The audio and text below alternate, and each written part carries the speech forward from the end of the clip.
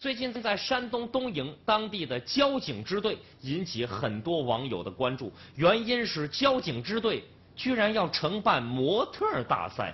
我们一起来看接下来这张图片，这个呢是我们从东营日报上截下来的一屏，刊登在东营日报上模特大赛的一个宣传广告。您瞧瞧啊，这是一个什么大赛主题呀、组织机构啊？注意，我们要看到的是承办单位这一栏，这里写了东营市公安局交通警察支队，是写在承办单位的后头哦。没错，您没看错，交通警察支队作为承办单位出现了。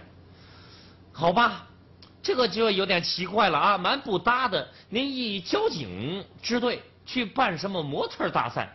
难怪很多网友看了这图片之后惊呼说交警太寂寞了吧。后来大赛组委会解释了，说交警支队的确为模特大赛他们是主办方之一，不一个名头而已，不参与具体的组织工作。